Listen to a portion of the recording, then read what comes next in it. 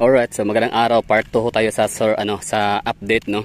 Dito sa may Davao City Coastal Road Junction to Rojas Avenue segment. So ito yung tagusan no kapag galing ka sa Times Beach no sa may Tulip Drive doon sa tulay ng Bukana kahapon na in-inspect ni PBBM. So pagkalagpas mo doon, syempre didiretso ka na. Ito yung pinaka passage, ito yung pinaka lagusan, ito na area, pero hindi pa nga siya tapos kasi under construction pa yung lugar. Although yung kalsada naman na 2 lanes, so pwede naman siyang magamit na within 10 days, maikabit or mailagay or magawa na nila yun, ma-construct na nila yun, ma-built na. So pwede siyang madadaanan ng mga 4-wheel lanes, 4 wheels vehicles. Okay, so ito yung hitsura ng rotunda or ng roundabout na to, segment. Rotunda or roundabout no. So wala sang tao, walang sasakyan, syempre nga hindi pa nga siya pwedeng madaanan. So I think mas malaki to dito kumpara sa kasing laki ba? Possible no, parang mas malaki at mas malawak to dito na rotunda or roundabout compared dun sa roundabout ng tawag nito coastal, sa may Tulip Drive, sa may Ecoland. Pero syempre pag isama na natin yung space dun sa Tulip Drive sa may Ecoland, yung nilalagyan ng mga helipad, yung landingan ng mga helicopter, chopper, at minsan nilalagyan din siya ng mga Ferris wheel, no? Mga amusement parks or mga rides. So mas malaki talaga doon kumpara dito. Oo, kung sa space pag-uusapan, pero kung sa structure, so di hamak na mas malaki to dito. So yung mga nakita ko yung mga sasakyan, yan po ay mga mga employee, no? Mga engineers siguro, mga construction workers, basta nasa construction industry natatrabaho dito. So gusto ko lang ipakita sa inyo or makita ho natin. So ito yon before and after. So today it's December 5, wala pang tao, wala pang sasakyang makikita rito. Kasi nga hindi pa siya passable, so December 15 pa lang. Pero yung mga yung mga daanan na yan, ready made na yan or ready to use na siya. Like inaantay lang talaga na mag-open yung tulay. Ibig sabihin inaantay lang talaga na matapos itong sa segment ng Rojas. So may tagusan pala dito, tingnan natin ng konti. May mga nakita tayong parang residente siguro. Pero pagkabawal na tayo dyan, no? Sa restricted area na siya. Pero pwede siguro kasi merong volleyball net, no? Siguro pagkahapon pwedeng puntaan dito ng mga tao. Anyway, so yun lang ha. Update lang naman Gusto ko lang makita ang before and after. So it's December 5 before December 15, diba? So after December 15, so yun ang itsura. Mababago na kasi may mga dadaan ng mga sasakyan. So magagamit na natin talaga yung ating pinaghihirapang tax. Oo. So this is where your taxes go. So Duterte only ang makakagawa nito, no. So syempre asahan natin sa ibang mga nagdaang presidente, wala talaga sa ibang ginawa, no? Kung kay Pinoy hindi marunong gumastos ng pera, ibig yung pera kanyang isi-circulate sa Pilipinas, no. Gagawa siya ng trillion worth of tawag nito mga projects, mega projects para syempre sino bang magtatrabaho nun? Yung mga Pilipino din. O di mga Pilipino magkakaroon ng trabaho, daming walang trabaho ha. O di paano mababawasan yung unemployment rate. O di sana tataas yung GDP. Di sana magkakaroon ng maraming circulation sa pera sa Pilipinas sa kanyang kapanahonan. Pero hindi ginastos. Okay, so ngayon kay Bongbong Marcos naman i-compare natin, wala talagang kwenta tong kay Bongbong Marcos, no. Kasi kung kay Pinoy, opposite sila dalawa. Kung si Pinoy ay hindi gumastos, which is hindi rin maganda. Kay naman, kay tawag nito, kay BBM ay hindi na nga gumastos kasi hindi niya ginastos kasi nanakawin nila yung pera. Ayan, trillions of flood control projects scam, di ba? Ang daming budget, no, trillions yung mga insertions, pero walang nagawang proyekto, wala nakikita. May mga proyektong nag-i-exist, yes, andon makikita sa mga sites, pero back job, mga substandard, wala talagang kwentang project kasi nga konting ulan yun, tuklap. For example, doon nga sa Lucena City kay JJ Suarez, yung dangas ang tawag diyan. Ano bang dangas sa Tagalog? Yung malaking noo, yun. Si JJ Suarez nang galit na galit, asar na asar, nang gagalaiti, no, nang gigigil kay BP Sara Duterte kasi yun naman pala. Alam kasi ni JJ Suarez na kapag maging presidente si BP Sara Duterte, isa siya sa lilitsunin, no, kasama si Saldico, Martin Romualdez.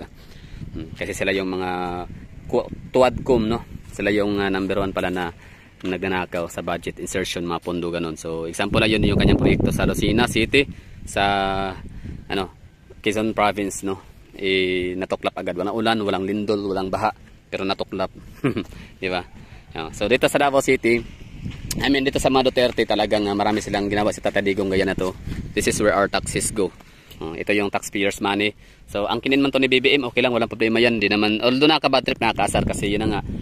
Let's give the credit when the credit is due. So credit to Tata Digong kasi kung hindi dahil sa kanyang brilliant mind, sa kanyang napakatalinong pagpapasya at pagdidesisyon na gumastos, no, mag-loan sa kung saan-saan para lang makagawa ng mga infrastructure, no, mga major flagship project gaya nito, build project. So congratulations Tata Digong, sa mga taga Davao, mga Pilipino, no, overall, kasi meron tayong project na nakuha talaga kay Tata Digong, lalo na sa mga taga Davao where hindi man tayo, actually Davao City ang may pinakahuling project ha, so it's better late than never. So kahit paano, for how many decades, kung hindi naging presidente sa Tata Digong, hindi kami makakatikim mga taga Davao ng ganito ka world class solid na proyekto na project kasi yan na nga, yung mga nakaraang mga administrasyon hindi naman talaga iniisip ang Davao City. We're always left behind. Yes, gumanda ang Davao, maganda, safest lahat pero that's courtesy to Mayor of Davao City. So syempre, sino ba yung Mayor ng Davao City? Tatay Digong again, no?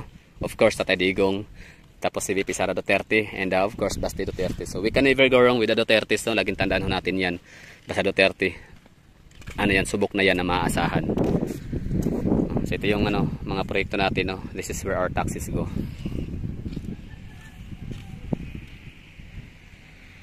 Kaganda, no? Nakatuwa, naka-proud. Like being a Filipino, naka-proud na meron tayong naging Presidente Duterte na kahit paano tiningala tayo mga Pilipino, nirespeto at kinatatakutan ng ibang bansa. Hindi mo kinatatakutan, nirespeto lang talaga. Like huwag natin tong galawin ang kailang mga citizens kasi napakatapang ng Duterte. Presidente nila, mumurahin ka talaga malaulo hanggang paa. Di ba? Ganon yun. Si Trudeau, Justin Trudeau ng Canada, di ba? Yung tungkol sa basura issue. Yung Black Lives Matter, yung hypocrisy ng Amerika, USA, di ba? Sabi nila human rights daw ko, no, human rights, paano na yung karapatan ng mga Black Americans, no? So Black Lives Matter. Kayo ba nagpe-perform, ini-exercise or pinapractice ba yung tinatawag yung human rights? Bakit hindi nyo magawa ng paraan yung pambababoy, pangbabastos sa mga Asian hates, no? Asian hates at saka yung yan na nga, basta itim, iba yung tingin nila sa mga itim, no? Mga Black Americans. So doon pa lang, no? Very contradiction na sa kanilang narratives. Anyway, so Davao City segment 2 or Rojas segment Rotunda update. So December 5 ito yung itsura, wala pang sasakyan kasi December 15 pa siya madadaanan. So isa yan sa abangan ho natin na ganap event, no? So ano kayang magiging itsura ng Davao City kapag dalawang junction na ang mabubuksan ng ating Coastal Road. Nakakatuwa ho yun kasi ito ay spanning of 4.8 kilometers if I'm not mistaken. So mataas-taas din yun, no? 4.8 kilometer. So kahit paano yung imbes na dadaan ka pa ng Ecoland Drive, tapos Quimpo Boulevard, mag-Bolton Bridge ka pa na napaka-traffic, grabe. Ecoland intersection sa may Sandawa, sobrang traffic ho nun. Hanggang sa Quezon Boulevard, no? Boulevard, kahaba ng Boulevard. So ang traffic dyan, sobrang halos isumpa mo talaga, no? So ibig sabihin kung galing kang Toril, Davao City, pupunta ka ng sabihin nating Ramon Magsaysay Avenue or Uyanggorin, at least hindi mo na kailangang dumaan doon sa kalye ng main thoroughfare, no? Kung meron kang private vehicle, so pwede ka nang mag-traverse dito sa area, di ba? So from Toril, matitipid mo na sa oras gasolina yung travel time, no? Yung pagta-travel kasi gagamitin mo yung 7.5 kilometers na junction 1 and 4.8 kilometers sa junction 2. So that would be 11-12 kilometer long in total. Diba? So that would be all. Thank you for watching. Pero meron pa tong junction 3 naman para nasa mga 3.2 something kilometer, no? Tapos sa Arcastillo naman. So 4 junction meron ang Coastal Road namin na magtototal siya ng 18 kilometer long. So as of now 7.5 muna, tapos December 15 magiging 12 kilometer na. So ibig sabihin 18 kilometers, so meron pa kaming antaying dalawang junction that's 8 kilometer long. So that would be all. Thank you for watching. 8 kilometer, 6 kilometer rather. Okay, so that would be all. Thank you for watching. Meron akong kitang utot-utot ba? Kumakain ba kayo nito? Wala lang, advertise lang. For today's video is brought to you by utot-utot. Ano ba tawag yan sa Tagalog? Siguro utot-utot yan dito sa Davao kasi siguro kapag kakakain kayo, uutot ka. I don't know. Hindi naman ako umutot na ako kumain yan dati, di ba? Anyway, so that's all. Thank you for watching. And nagustuhan nyo.